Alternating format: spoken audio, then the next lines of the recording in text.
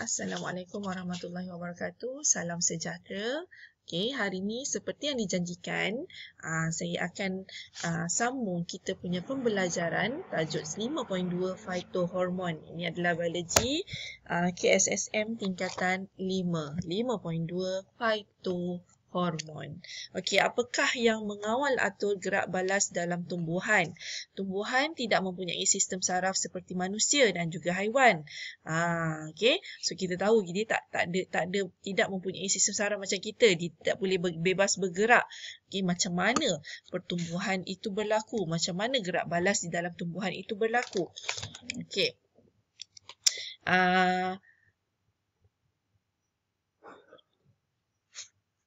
Hal ini dikatakan demikian kerana gerak balas yang dilakukan oleh tumbuhan dapat diperhatikan dengan jelas selepas tempoh masa tertentu. Heran, dia tidak boleh bergerak, dia tak ada sistem saraf dia, tapi ada perubahan yang berlaku. Okey, so itu yang kita nak belajar lah ni. Ini yang kita namakan sebagai phytohormon. Tumbuhan dia tak macam yang saya cakap dia tidak mempunyai sistem saraf seperti manusia. Okey, macam mana dia kawal atur hidup dia? So, tumbuhan ada satu hormon yang dikenali sebagai phytohormon. Phytohormon maksudnya hormon tumbuhan. Ia merupakan bahan kimia yang merangsang dan menyelaras gerak balas dalam tumbuhan terhadap rangsangan pada kepekatan yang sangat rendah. Okey, so kita ada beberapa 1, 2, 3, 4, 5. Okey, kita ada 5 jenis phytohormon dan kita tengok apakah jenis-jenis phytohormon dan juga fungsi dia. Okey, yang pertama adalah auksin. Okey, ini yang paling famous sekali lah. Hormon yang paling famous di dalam tumbuhan adalah auksin. Okey, ia berfungsi dalam fototropism dan geotropism. Okey, macam mana pucuk itu bergerak ke arah cahaya, bagaimana pucuk akar itu bergerak ke arah graviti. Ini dipengaruhi oleh auksin. Sangat-sangat dipengaruhi oleh auksin. Okey, menggalakkan perkembangan kedominan apex pucuk dan juga akar. Yang ketiga, ia merangsang pertumbuhan dan pemanjangan sel akar dan sel pucuk. Okey, seterusnya, ia merangsang percambahan akar adventitious pada keratan batang, merangsang pembahagian sel di kambium semasa pertumbuhan sekunder, merencat keguguran buah dan daun yang masih muda dan merencatkan pengeluaran tunas sisi. Okey, phytohormon yang kedua adalah gibberellin. Ia menggalakkan pembahagian dan pemanjangan sel batang. Okay, gibberellin juga merangsang perkembangan daun, bunga dan juga buah, merangsang perkembangan dan percambahan biji benih, menyebabkan pertumbuhan batang berbunga pada tumbuhan kerdil dan merencat perkembangan akar. Okey, hormon yang seterusnya adalah cytokinin. Cytokinin fungsinya adalah untuk merangsang pembahagian dan pemanjangan sel akar dan sel batang dengan kehadiran auksin. Yang kedua, ia merangsang percambahan biji benih. Yang ketiga, ia merencat perkembangan kedominan apex, melambatkan proses penuaan daun dan merangsang pertumbuhan tunas sisi. Okey, yang keempat adalah asid absisik. Apa fungsinya? Merencat pertumbuhan tumbuhan, merangsang pengguguran buah, daun dan bunga yang matang, menggalakkan kedormanan biji benih, menggalakkan penutupan liang stoma pada musim kemarau, merencat pertumbuhan tunas dan percambahan biji benih. Okey, hormon yang last sekali adalah etilena. Etilena ni berfungsi dia lebih kepada merangsang pemasakan buah, merangsang penuaan tumbuhan dan merangsang keguguran daun dan juga buah yang menyebabkan tumbuhan itu masak. Itu adalah hormon etilena. Okey, kesan auksin terhadap gerak balas tumbuhan. Okay, tumbuhan bergerak balas terhadap rangsangan dalam bentuk pertumbuhan. Gerak balas pertumbuhan ini dikawal oleh auksin. Okay, dengan cara apa? Okay, senang saya cakap. Okay, kalau kat sini auksin, kalau cahaya itu daripada atas. Okay, cahaya matahari daripada atas. Penyebaran auksin ni dia terletak pada hujung pucuk. Okey, penyebaran oksin tu sekata. Kiri kanan tu dia sekata ke bawah. Okey, tetapi apabila cahaya itu berada pada sebelah sahaja, contoh daripada sebelah kanan sahaja ni, oksin dia tidak suka kepada cahaya. Dia akan melarikan diri daripada cahaya. Kalau cahaya daripada sebelah, kalau awak tengok sebelah kanan ni, oksin dia akan berlari, bukan berlari lah, dia akan meresap ke bahagian kiri tumbuhan. Oksin fungsinya adalah untuk merangsang pertumbuhan. Jadi, tempat yang banyak oksin, dia akan tumbuh lebih cepat. Sebab itulah pucuk dia membelok ke arah cahaya. Okey? Tak faham lagi. Cahaya daripada kanan. Oksin tu dia lari ke arah kiri. So, bahagian kiri, sel-sel di kiri banyak oksin. Oksin merangsang pertumbuhan. Jadi, bahagian kiri ni dia lebih cepat tumbuh. Bila lebih cepat tumbuh, sebelah kanan ni normal. Okey? So, dia akan membengkok ke arah cahaya. Senang saja. Gerak balas oksin terhadap cahaya tu. Okey. Itu simple saja. Oksin yang untuk cahaya tadi. Okey, eksperimen yang mengkaji kesan oksin terhadap pertumbuhan koleoptil di bahagian pucuk. Ni ada eksperimen yang dijalankan. Ada 3 eksperimen yang dijalankan. Okey, kita nak tengok yang oksin ni betul ataupun tidak dia mengawal pertumbuhan. So, oksin dia merangsang pertumbuhan. Yang pertama, eksperimen 1. Apabila hujung koleoptil itu dipotong pada bahagian atas zon pemanjangan, didapati selepas 2 jam. Tiada pertumbuhan berlaku.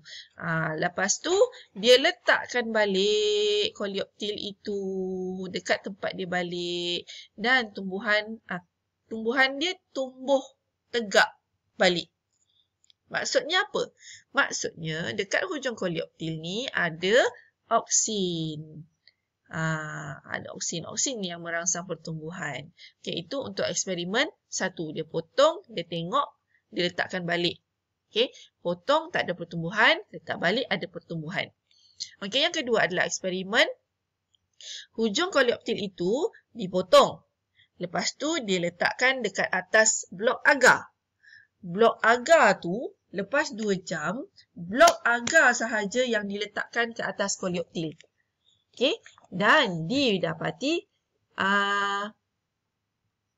koleoptil tumbuh, bahagian batang tadi tumbuh ke atas. Maksudnya apa? Oksin itu telah meresap masuk ke dalam blok agar. Dalam blok agar ni ada oksin sekarang. Okey, yang ketiga, eksperimen yang ketiga, hujung koleoptil tu dipotong. Letak dekat atas agar. Selepas 2 jam, agar itu diletakkan di bahagian sisi saja. Dia bukan letak dekat tengah-tengah. Dia letak kat bahagian kiri. So sekarang bahagian kiri, oksin daripada bahagian kiri akan turun. So bahagian kiri ni, dia banyak oksin. Oksin merangsang pertumbuhan. So bahagian kiri akan tumbuh dengan lebih cepat berbanding bahagian kanan. Jadi dia akan membengkok ke arah kanan. Faham?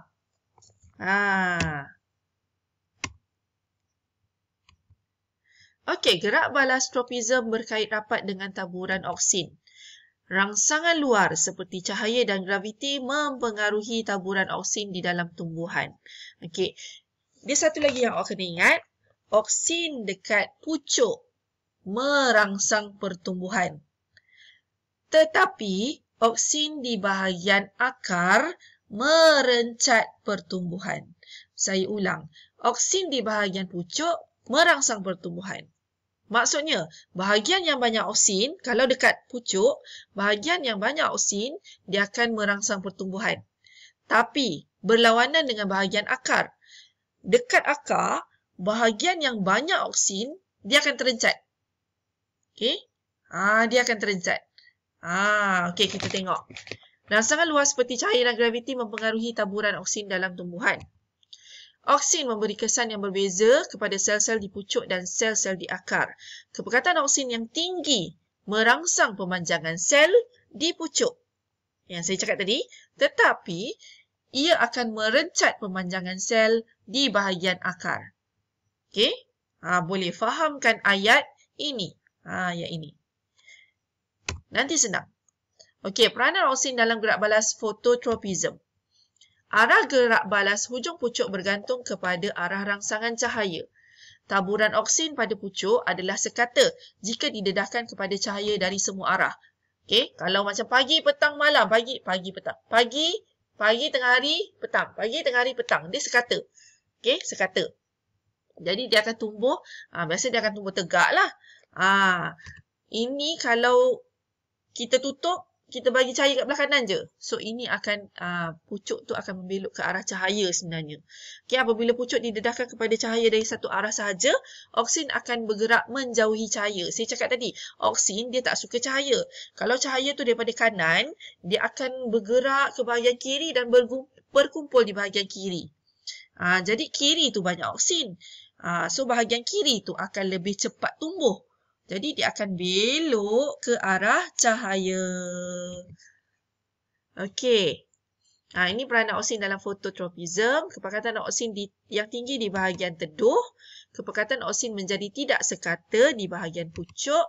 Sel di bahagian teduh mengalami pemanjangan. Okey, teduh dekat sini.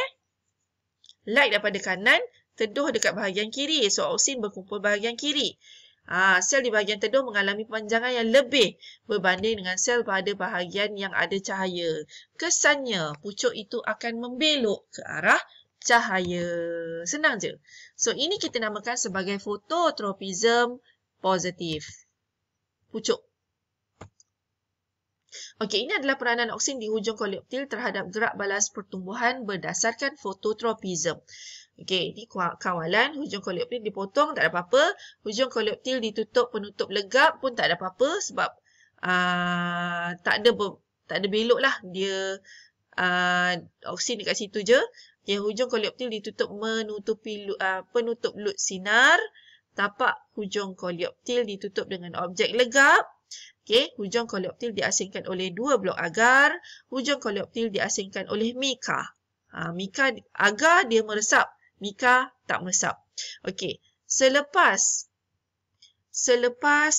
beberapa ketika, okey, cahaya daripada kiri Kalau yang kawalan dia akan mengikut ke arah cahaya, tiada pertumbuhan koleoptil, potong, tak ada oksin, tak adalah. Okey, koleoptil tumbuh tegak ke atas sebab dah tutup, tak ada cahaya, maknanya oksin sekata. Okey, tutup dengan penutup lut sinar, dia akan belok ke arah cahaya sebab lut sinar. Okey, lepas tu tapak koleoptil ditutup dengan objek legap. Masih lagi boleh membengkok ke arah cahaya sebab hujung ni yang oksin dekat hujung. Okey, lepas tu koleoptil diasingkan oleh blok agar sama juga. Bahagian blok agar ni dia meresapkan oksin. Jadi tak ada masalah dia boleh membengkok ke arah cahaya juga. Yang hujung sekali tiada pertumbuhan koleoptil sebab mika dia tidak meresapkan oksin. Okey? Itu conclusion lah untuk eksperimen peranan oksin di hujung koleoptil. Okey, untuk tajuk seterusnya adalah peranan oksin dalam gerak balas geotropism. Gerak balas tumbuhan terhadap tarikan graviti juga dikawal oleh oksin. Biji benih bercambah dalam tanah secara mendatar. Oksin berkumpul di bahagian bawah.